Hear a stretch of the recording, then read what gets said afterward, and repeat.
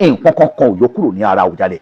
Mo sọ, mo tún sọ. Nígbà tí bàbá jáde láyé, àkọ́bí wọn Prince Saheed Adédire Adétọ̀nà wọ́n gbé fóònù, wọ́n pè mí, wọ́n pè Imam. Àwa méjèèjì débẹ̀, àwa ń bẹ̀ títí di after 11 láti ṣe gbogbo àwọn nǹkan tó yẹ ká ṣe sí bọ́dí bàbá. Kí làwọn nǹkan náà?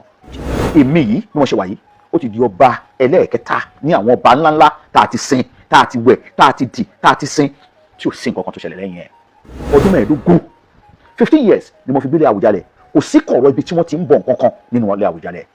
Mo fẹ́ kẹ́ ẹ mọ̀ wípé Àwùjalẹ̀ nígbà ayé wọn, àìmọye ìgbà ni wọ́n ti pe gbogbo àwọn oníṣẹ̀ṣe, nígbà tí gbogbo wọn tí ẹsẹ̀ wọ́n ìpè tí wọ́n ń béèrè lọ́wọ́ wọn pé kí ni mo bá yín jẹ, kí ni mo bá yín mu, àìtò wo ni mo bá yín ṣe, nǹkan kọ̀ọ̀rọ̀ wo ni mo bá yín ṣe, ẹ wá sọ gbangba.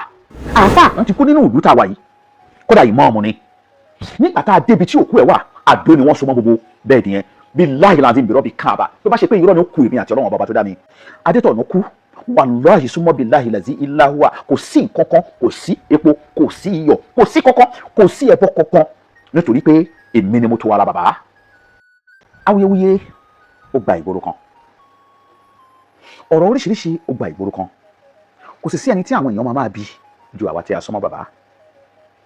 Kò sí ní tó burú mbẹ̀ kí a gbọ́ ohun tó rí wa lójú ká béèrè.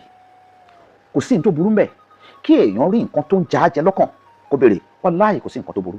Ṣùgbọ́n èyí tó wá burú ni wípé kí ẹni tó rí, ẹni tó mọ̀, ẹni tó gbọ́, ẹni tó ṣojú ẹ̀ kó wá sọ fún yín kẹ́ ẹ má gbà. Kẹ́ ẹ má gbà. Ìgbà wo gan-an ní Àwùjalẹ̀ jáde láyé? Ọba Dr. Dhikrlahi Kayode Adétọ̀nà Ọ̀gbágbá II. Àwùjalẹ̀ and Amir, Àwùjalẹ̀ and the paramount ruler of Ijebu land, Amir Ogun State Muslim Council, GCON. Bàbá ti lọ. Ìgbà wo gan ni bàbá kú? Ìgbà wo gan ni bàbá kú? Ẹ máa rí pé èdè bàbá kú ni mò ń lò, mi ò lo èdè bàbá wàjà, nítorí wípé wàjà kì í ṣe èdè Islam. So ẹni tá a bá sì sí lọ́nà ti Islam, a ò gbọdọ̀ tún lo wàjà fún. Kú ni, nítorí pé ikú náà ni wọ́n kú.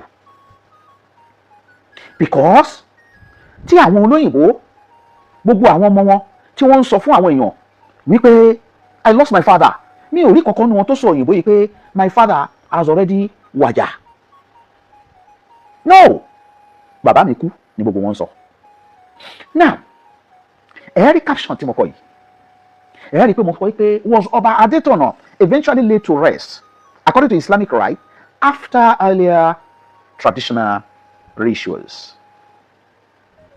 A padà wá sí Ọba Adétọ̀nà lẹ́yìn ìgbà tó ti kú bí ọjọ́ méje tán ti ṣe ètò gbogbo àwọn àìtò àwọn tìbílẹ̀. Ṣé bẹ́ẹ̀ ló ṣe rí? Àti pé gan ọjọ́ wo gan ni bàbá kú?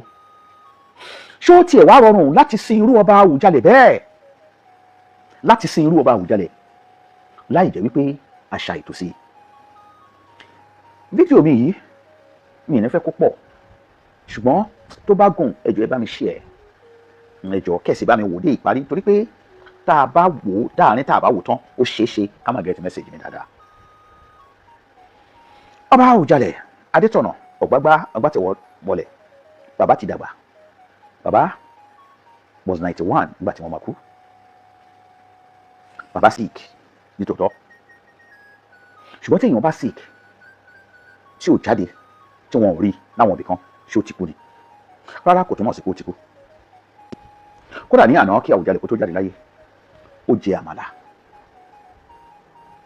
ó bá àwọn èèyàn sọ̀rọ̀, ó ní ohun tán sọ fún àwọn tó wà nítòsí wọn tó ṣe pé ọ̀rọ̀ ti lé nìyẹn. Bàbá wa jáde láyé ní after 7 ní ìrọ̀lẹ́ àná. Nígbà tí bàbá jáde láyé, àkọ́bí wọn Prince Saheed Adédire Adétọ̀nà wọ́n gbé fóònù, wọ́n pè mí, wọ́n pè Imam. Àwa méjèèjì débẹ̀, àwa ń bẹ̀ títí di after 11 láti ṣe gbogbo àwọn nǹkan tó yẹ ká ṣe sí bọ́dí bàbá. Kí làwọn nǹkan náà? Títò bá ṣe máa ń tò ara. Àkọ́kọ́ ni wípé mo fẹ́ kẹ́ ẹ mọ̀ wípé Àwùjalẹ̀ nígbà ayé wọn àìmọye ìgbà ni wọ́n ti pe gbogbo àwọn oníṣẹ̀ṣe nígbà tí gbogbo wọn tí ẹsẹ̀ wọn ìpè tí wọ́n ń béèrè lọ́wọ́ wọn pé kí ni mo bá yín jẹ, kí ni mo bá yín mu, àìtò wo ni mo bá yín ṣe, nǹkan kọ̀ọ̀rọ̀ wo ni mo bá yín ṣe, ẹ wá sọ gbangba. ọdún 15 years ni mo fi gbélé Àwùjalẹ̀, kò sí kọ̀ọ̀rọ̀ ibi tí wọ́n ti ń bọ̀ nǹkan kan nínú ilé Àwùjalẹ̀. ọba Dr. SK Adétọ̀nà kú ní àná, àáfàá kan ti kú nínú ìlú tá a wà yìí, kódà ìmáàmù ni. nígbà tá a débi tí òkú ẹ̀ wà, àdó ni wọ́n so mọ́ gbogbo bẹ́ẹ̀dì yẹn, billahi lazim bìrọ̀ bí káàbà, tó bá ṣe pé irọ́ ni ó kú èmi àti Ọlọ́run bàbá tó dá mi. Adétọ̀nà kú, wàláhì súnmọ́ billahi lazi illa huwa, kò sí nǹkan kan, kò sí epo, kò sí iyọ̀, kò sí kankan, kò sí ẹbọ kankan, nítorí pé èmi ni mo tó ara bàbá. ẹ̀yin oníṣẹ̀ṣẹ̀ máa gbọ́ o, níbo ni rúmọ̀ tí wàá máa ń wá, níbo ni gbogbo àwọn awuyewuye tí wọ́n sọ gbòdó ti ń wá. ọ̀pọ̀ ẹnìkan tiẹ̀ pé rẹ̀ nílẹ̀ gbùrù, ìyẹn tiẹ̀ kọ́ sọ́sọ́kúsọ jọlọ ìsọkúsọ, ó sọ ìsọkúsọ yẹn wọ́n sì ń fọ́n ká.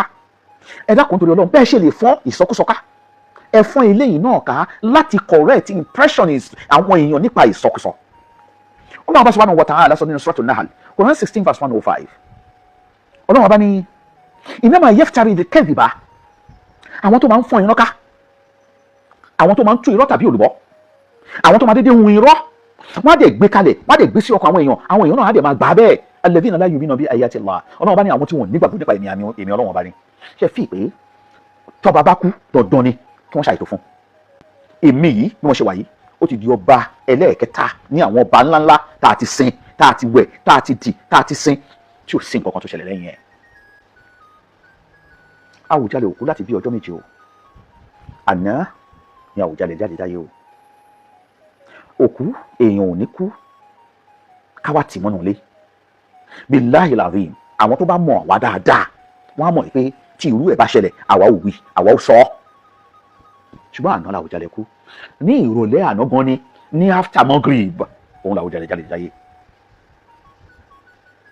ẹ̀yin ọmọ ìyá mi, kí ló fà á tí gbogbo ọ̀rọ̀ tó fi rí bẹ́ẹ̀ yẹn? màá sọ fún yín. ṣe rí ìtìjú òkè ń bá yàn kó má kàn kankan mọ́ yàn lọ́wọ́, bẹ́yàn fọwọ́ máa họrí èèyàn máa wọlé. ṣe rí àwọn oníṣẹ̀ṣe, àwọn ni wọ́n ń túrọ̀ yẹn pa. ṣe rí àwọn mùnáfíkí mùsùlùmí, àwọn ló ń gba ọ̀rọ̀ yẹn lọ́wọ́ wọn, àwọn ló ń bá wọn rà á. àwọn kan wọ́n kóra wọn jọ lénìí náà, ìkóra wọn jọ yẹn kì í ṣe pé wọ́n fẹ́ wá gbókùn, wọ́n mọ̀ pé kò lè ṣeé ṣe fáwọn. kí ni nǹkan tó fẹ́ ṣe? wọ́n fẹ́ wá tọrọ owó ni, ṣùgbọ́n ìtìjú náà ni wá kúrò ń bẹ́ o. ṣé wàá mọ nǹkan tí mo fẹ́ fi round up? ìwọ tó sọ wípé tó máa ń lanu, tó máa ń sọ̀rọ̀, wàá máa ṣépè fún Ọlọ́run, wàá máa ṣépè fún ànábì, ẹ dákun nítorí títọ́ Ọlọ́run. báwo ló ṣe, kí ló fà á tó fi jẹ́ wípé ọjọ́ tí àwọn èèyàn bá kú wọn kì í fẹ́ rí yín bẹ́ẹ̀? kí ló fà bẹ́ẹ̀? kí ló fà á tó fi jẹ́ pé ẹ̀yin fún ara yín ẹ̀sìn ẹ̀ ti rí pé ayé ò fẹ́ yín? tí wọ́n bá fẹ́ jọba míì, ẹ̀yin ò ṣe sọ fún wọn pé tọ́, nígbà tí ẹ ti dẹ̀ sọ pé ẹ̀sìn tí ọba bá fi kú náà lè bá fi máa gbé, ẹ dákun ẹ̀sìn tó bá fi kú náà ẹ fi ṣe, ẹ fi létẹ̀ fún un. ṣùgbọ́n ojú kòkòrò yín, olè yín, wọ̀bìà yín, wọ̀nbílíkì wọ̀bìà yín kò ní jẹ́ kẹ́ ẹ sọ bẹ́ẹ̀, torí pé irọ́ lè máa ń tú tàbí èlùbọ́. wọn ò ṣàìtò kankan fún Àwùjalẹ̀ o. awẹ́ Àwùjalẹ̀, adi Àwùjalẹ̀ bí mùsùlùmí, wọ́n kírun sáwùjalẹ̀ lára bí mùsùlùmí. nǹkan kankan ò yọ kúrò ní ara Àwùjalẹ̀. mo sọ, mo tún sọ, nítorí pé n tí èèyàn bá rí tó bá dáyàn lójú ó yàtọ̀ sí ní tí wọ́n bá sọ fún yàn. bàbá Àwùjalẹ̀ ó ti wáyé eré, ó ti láyé eré, ó ti lọ o.